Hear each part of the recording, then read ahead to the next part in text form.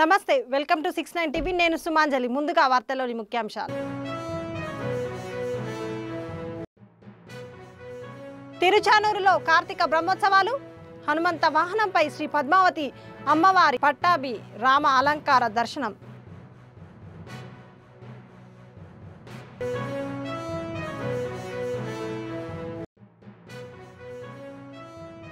హైదరాబాద్ కు వచ్చిన రాష్ట్రపతి ద్రౌపది ముర్ముకు బేగంపేట ఎయిర్పోర్ట్ లో సీఎం రేవంత్ రెడ్డి ఘన స్వాగతం పలికారు.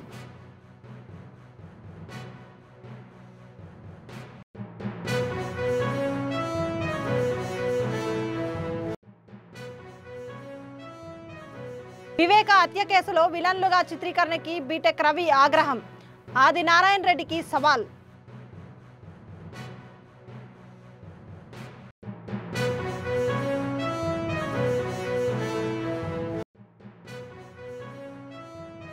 భూపాలపల్లి రైతుల సంక్షేమానికి 14 కోట్లు ఫీడర్ ఛానల్ పనులను ప్రారంభించిన ఎమ్మెల్యే ఘండ్రా సత్యనారాయణరావు.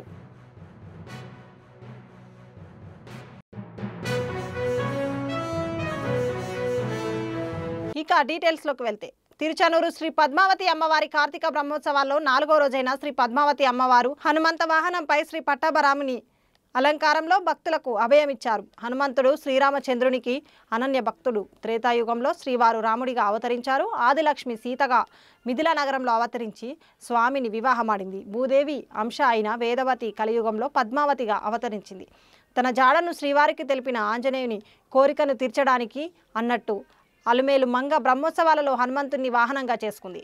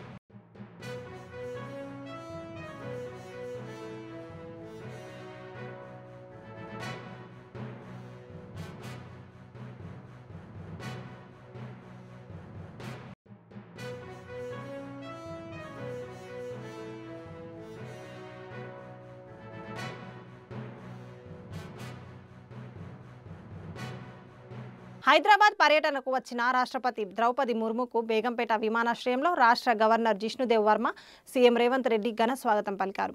రాష్ట్రపతికి స్వాగతం పలికిన వారిలో కేంద్ర మంత్రి జి కిషన్ రెడ్డి, రాష్ట్ర మంత్రి పొన్నం ప్రభాకర్, నగర మేయర్ విజయలక్ష్మి తదితరులు ఉన్నారు.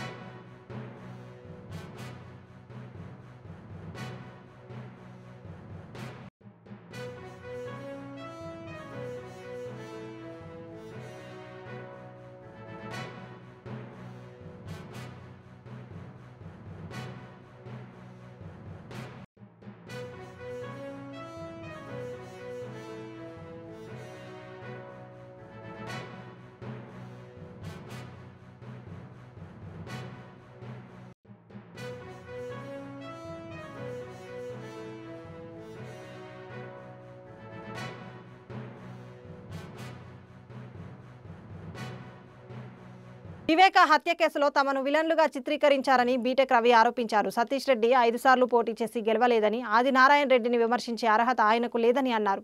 ముఖ్యమంత్రి జగన్ను ఎవరైనా విమర్శించవచ్చని, ఆదినారాయణ రెడ్డి తన ఇంటికి వస్తానంటే ముందు తన ఇంటికి వచ్చి తేల్చుకోవాలని బీటెక్ రవి సవాల్ విసిరారు. ఓకేనా, అందరికీ నమస్కారం.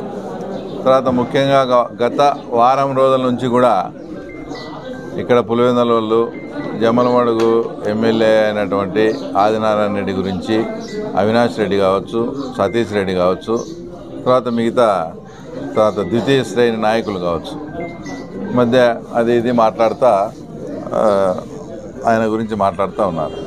నేను వాళ్ళకు స్పష్టంగా ఒకటి చెప్పదలుచుకునేది ఏంటంటే, అసలు ఆదినారాయణ రెడ్డి గారు పులివెందుల గురించి ఎందుకు మాట్లాడాల్సి వస్తుంది అనేది మీరు కొంచెమన్నా అవగాహన చేసుకోవాలి.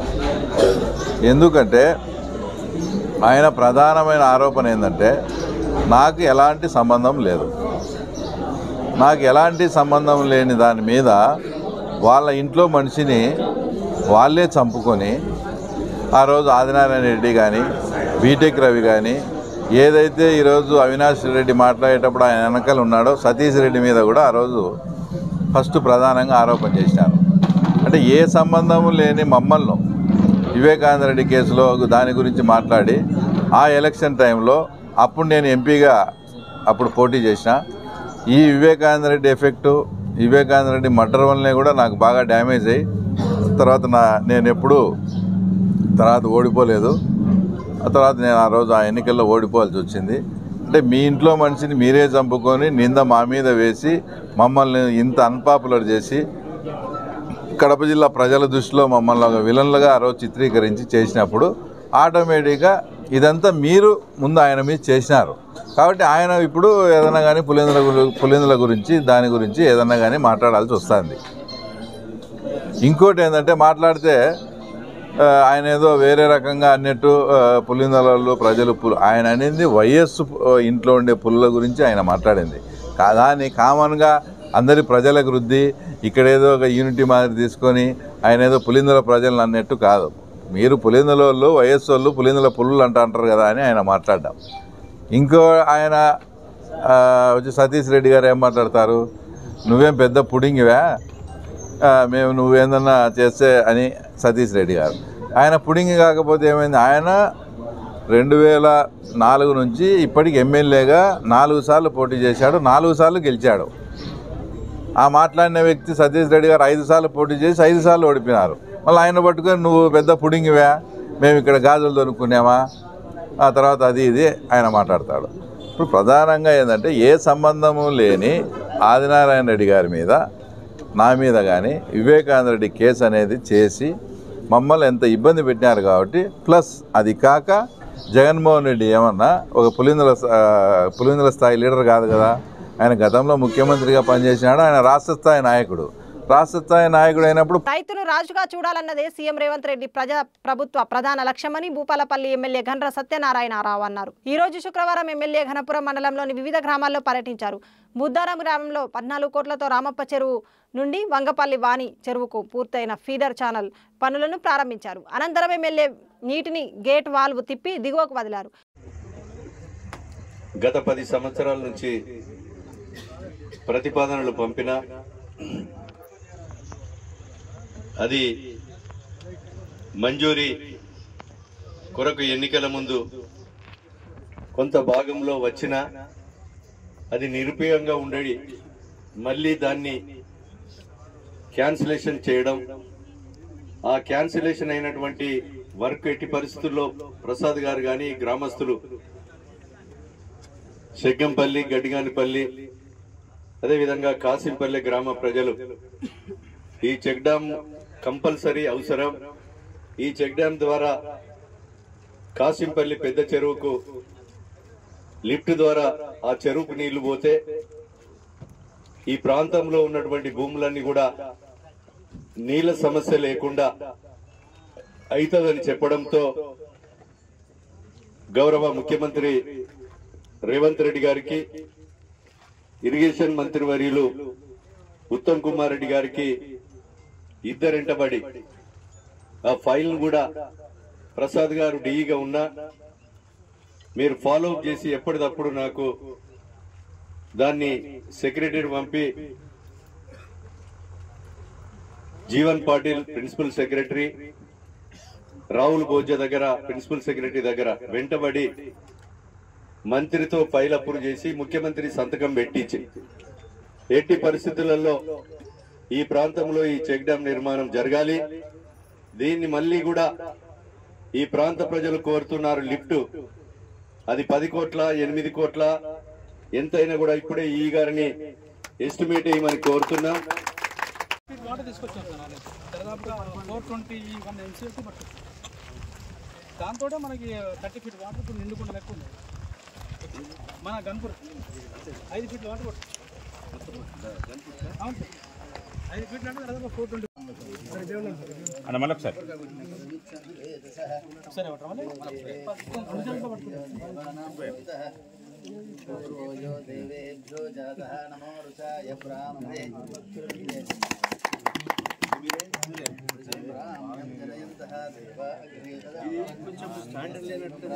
తిరుచానూరు శ్రీ పద్మావతి అమ్మవారి కార్తీక బ్రహ్మోత్సవాల్లో 5వ రోజైన అమ్మవారికి స్వపన తిరుమంజనం వైభవంగా జరిగింది. ఆలయంలోని శ్రీ కృష్ణస్వామి ముఖమండపంలో ఫలపుష్పాలతో అలంకరించిన ప్రత్యేక మండపంలో పాంచరత్రాగమ శాస్త్రబద్ధంగా ఈ వేడుక నిర్వహించారు. ఈ సందర్భంగా శ్రీ పద్మావతి అమ్మవారి ఉత్సవమూర్తులకు చెర్రీ, తమలపాకులు, యాలకులు, లవంగాలు, తులసి, చామంతి, వక్కల మాలలతో అలంకరించారు.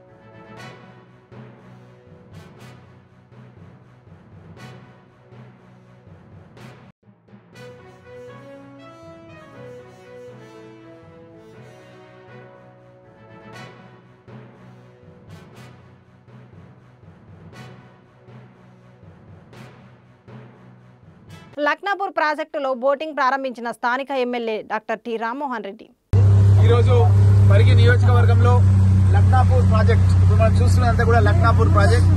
ఇది గతంలో కాంగ్రెస్ గవర్నమెంట్ లోనే నిర్మాణం చేసినటువంటి ఇరిగేషన్ ప్రాజెక్ట్. ఇది ఈ ఇరిగేషన్ ప్రాజెక్ట్ నుంచి పరిగి నియోజకవర్గానికి పరిగి మండలంతో పాటు వికారాబాద్ కాన్స్టిట్యున్సీ కూడా వ్యవసాయదారులకు సాగునీరు ఇవ్వడం జరుగుతుంది. ఈ ప్రాజెక్ట్ లోపల ఇక్కడ ఉన్నటువంటి పరిగి నియోజకవర్గం ప్రజలకు వికారాబాద్ జిల్లా ప్రజానికానికి ఒక బోటింగ్ సౌకర్యం కల్పించాలని ఎప్పటి నుంచో నేను అనుకుంటున్నాను. ఆ బోటింగ్ సౌకర్యం ఈ రోజు మన ఇందిరాగాంధీ జయంతి సందర్భంగా మహిళలందరికీ కూడా మంచి చీరలు ఇచ్చి వాళ్ళందరూ కూడా తీసుకొచ్చి ఇక్కడ భోజనం కూడా ఏర్పాటు చేసి వాళ్ళను ఈ యొక్క బోటింగ్ కార్యక్రమంలో పాల్పంచుకునే విధంగా చేసినందుకు నాకు చాలా సంతోషంగా ఉంది. ఇది ఇంకా తెలంగాణ టూరిజం కార్పొరేషన్ ద్వారా ఈ యొక్క బోటింగ్ కార్యక్రమం ఎప్పుడు కూడా నిర్వహించబడుతుంది. ఇక్కడ కొన్ని కాటేజెస్ ఏర్పాటు చేస్తాం. నైట్ టైంలో కూడా ఎవరైనా స్టే చేయాలంటే ఆ కాటేజెస్ లో ఉండొచ్చు. వాళ్ళ బంధుమిత్రులు కానీ ఇంకెవరైనా ఫ్రెండ్స్ వచ్చినా సరే ఇక్కడే స్టే చేయొచ్చు వీకెండ్స్ లో కానీ. చాలా మంది హైదరాబాద్ సిటీ నుంచి కూడా మన దగ్గర కోట్పల్లి ప్రాజెక్ట్ కు వస్తున్నారు. వాళ్ళందరూ కూడా నెక్స్ట్ డెస్టినేషన్ మన పరిగి లక్నాపూర్ ప్రాజెక్ట్ కు రావడం అన్నది జరుగుతున్న విషయాన్ని తెలియజేస్తూ, ఇదే కాకుండా పరిగికి దగ్గరలోనే ఒక ఈకో అర్బన్ పార్క్ కూడా ఎస్టాబ్లిష్మెంట్ చేస్తున్నాం. దానికి హెచ్ఎండిఏ నిధులతో 10 కోట్ల రూపాయలతో ఆ యొక్క అర్బన్ పార్క్ జాఫర్పల్లి దగ్గర ఎస్టాబ్లిష్మెంట్ చేస్తున్నాం. అదేవిధంగా పూడూరు మండలంలో కూడా దామగుండం టెంపుల్ కూడా ప్రాచీన టెంపుల్, అది 400 సంవత్సరాల క్రితం ఏర్పాటు చేసిన శివాలయం. అది అక్కడ కూడా హెచ్ఎండిఏ ఫండ్స్ 10 crores చూపిస్తూ దాన్ని కూడా డెవలప్ చేస్తున్నాం. ఈ విధంగా పరిగి నియోజకవర్గం లోపల చాలా ప్రదేశాలు టెంపుల్ టూరిజం అనేది కూడా ఉంది. టెంపుల్ టూరిజం అంటే పామండ రామలింగేశ్వర స్వామి దేవాలయం ఉంది. అక్కడ ఏకశిలా పర్వతం ఉంది. ఆ ఏకశిలా పర్వతం అనేది దగ్గర 50-60 ఎకరాలలో ఒకే ఒక పర్వతం ఉంటది. ఒకే ఒక రాతి కట్టడం పైన శివుడు వెలిసింది అక్కడ. కాబట్టి చాలా మంది భక్తులు ఇతర రాష్ట్రాల నుంచి కూడా అక్కడికి రావడం జరుగుతుంది. రాకంచర్ల కీర్తనలు కూడా ఎన్నో సంవత్సరాల నుంచి మా పరిగి నియోజకవర్గం నుంచి ఆ కీర్తనలు రేడియోలో కూడా మనం చిన్నప్పుడు వినేది. అవి కూడా వెంకటదాస్ కీర్తనలు ఉన్నాయి. అవి కూడా మా పరిగి నియోజకవర్గంలో ఉన్నాయి. ముజాయిద్పూర్ ప్రాంతంలో కూడా షాజహాన్ల టైం నుంచి నిర్మాణమైన కూడా ఇక్కడ చెప్తుంటారు చాలా మంది, మా యొక్క చాలా మంది పూర్వీకులు చెప్తుంటారు. అక్కడ కూడా ఏదట్లయితే చార్మినార్ ఇవన్నీ ఉన్నాయో అట్లాంటిదే కట్టడాలు కొన్ని అక్కడ ముజాయిద్పూర్ గ్రామంలో ఉన్నాయనే విషయాన్ని కూడా తెలియజేస్తూ, పెద్ద ఎత్తున హైదరాబాద్ నుంచి టూరిజం అట్రాక్ట్ చేయడానికి మన పరిగి నియోజకవర్గంలో మైలారంలో కూడా ఒక వెంకటేశ్వర స్వామి ఆలయం ఉన్నది. అది స్వయంభూ ఒక గిరిజన సోదరుడు రాములు అని పూనాలో అతను వృత్తిరీత్యా ఉంటూ ఇక్కడ మైలారం వాస్తవుడు తను మంచి వెంకటేశ్వర స్వామి ఆలయం కూడా కట్టినాడు. కాబట్టి ఈ యొక్క టూరిజం మూలంగా పరిగి నియోజకవర్గంలో చాలా మందికి ఉద్యోగ అవకాశాలు కూడా వస్తాయి. అదేవిధంగా వ్యాపారాలు కూడా చేసుకుంటారు. నిరుద్యోగ యువకులకు అన్ని విధాల సహాయ సహకారాలు ఉంటాయి. కాబట్టి ప్రజలకు కూడా ఈ యొక్క టూరిజం మూలంగా వాళ్ళు సంతోషంగా వాళ్ళ ఫ్యామిలీతో వాళ్ళ పిల్లలతో గడపడానికి వీలవుతుంది. కాబట్టి ఈ యొక్క బోటింగ్ సౌకర్యం కల్పించడం జరిగింది. ధన్యవాదాలు. మత్స్యకారులకు స్వర్ణయుగం ముఖ్యమంత్రి చంద్రబాబు నాయుడు హయాంలోనే సాధ్యమైందని, వారి సంక్షేమానికి తమ ప్రభుత్వం కట్టుబడి ఉందని వ్యవసాయ మత్స్యకార దాని అనుబంధ శాఖల మంత్రి కింజరావు అచ్చెన్నాయుడు ప్రకటించారు. శ్రీకాకుళం అంబేద్కర్ ఆడిటోరియంలో జరిగిన ప్రపంచ మత్స్యకార దినోత్సవం వేడుకల్లో ముఖ్య అతిథిగా పాల్గొన్న ఆయన మాట్లాడుతూ, దేశంలో ఏ ప్రాంతంలోనైనా ఉపాధి కోసం వెళ్లే వారిలో శ్రీకాకుళం మత్స్యకారుడు తప్పక ఉన్నాడని పేర్కొన్నారు. వారి తలరాతను మార్చే దిశగా తమ ప్రభుత్వం అన్ని రకాల సంక్షేమ అభివృద్ధి పథకాలు ప్రవేశపెడుతున్నదని చెప్పారు.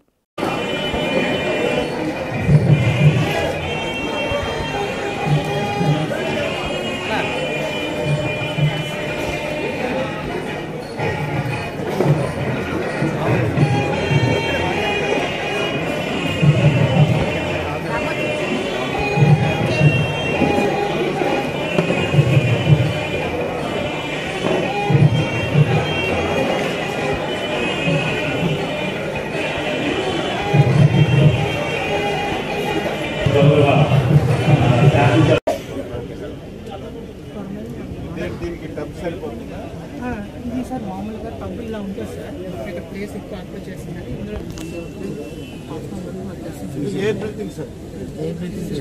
ఇది వచ్చేసరికి ఇది మెరైన్ కల్చర్ సార్. ఇది సముద్రం వాటర్. ఇందులో వచ్చేసరికి ఫౌంటైన్ సార్. రొయ్యకి ఆల్టర్నేటివ్ ఇందులో ఏమో మండపం ఇచ్చింది సార్. అది మన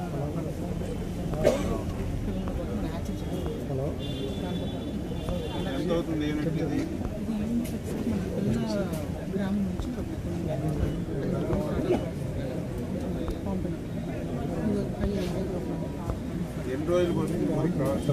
ఇది 8 నెలలు సార్. చేపలని 8 నెలలు. అది వచ్చేసరికి 800 గ్రాముల నుంచి అంటే ప్రైసింగ్ అంటే సార్ వాళ్ళు ఏం చేశారంటే 4+4 చేశారు సార్. ఇక్కడ సార్ చూస్తే సార్ మన కింద దీంట్లో pond 4 months sir inside 4 months దీంట్లో సార్ 4 మంత్స్ బయట 4 మంత్స్కి సైకిల్ వస్తుంది అంటే 8 టోటల్ సార్ బట్ కానీ 4కి 12 నెలలకి 3 షాప్స్ సార్ గ్రోత్ అంటే సార్ ఒకటి గ్రోత్ సార్ రెండోది అంటే సీ లోపల పెడితే సార్ అంటే సీ వరకు వెళ్ళడం అంటే దీని వరకు వెళ్ళడం మళ్ళీ దానికి తుఫాన్ వస్తే అదొక ప్రాబ్లమ్ బట్ కానీ దీనికి ప్రాబ్లం అంటే మన దగ్గర ల్యాండ్ ఉండాలి బట్ కానీ మన దగ్గర నేను కొనే పరిస్థితిలో ఉన్నాను మన దగ్గర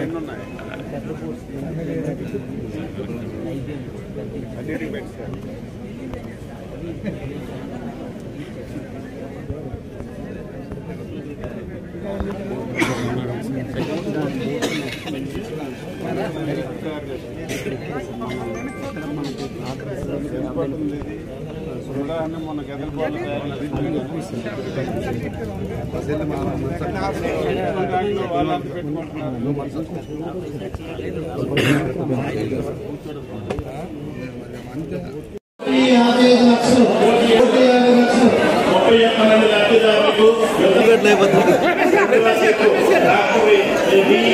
బులెటిన్ ముగించే ముందు హెడ్లైన్స్ మరోసారి. తిరుచానూరులో కార్తీక బ్రహ్మోత్సవాలు, హనుమంత వాహనంపై శ్రీ పద్మావతి అమ్మవారి పట్టాభి రామ అలంకార దర్శనం.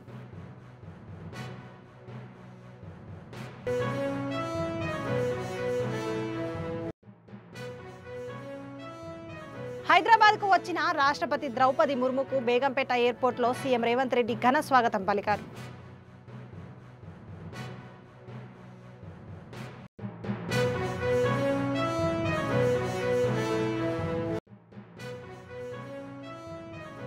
వివేక హత్య కేసులో విలన్లుగా చిత్రీకరణకి బీటెక్ రవి ఆగ్రహం, ఆది నారాయణ రెడ్డికి సవాల్.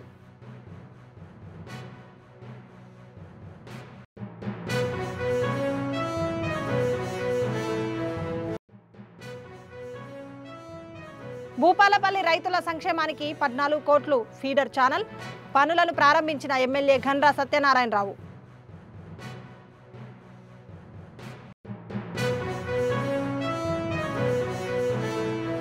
ఇవి బులెటిన్ విశేషాలు. మరిన్ని అప్డేట్స్ కోసం చూస్తూనే ఉండండి 69 టీవీ న్యూస్. నేను సుమాంజలి, సైనింగ్ ఆఫ్.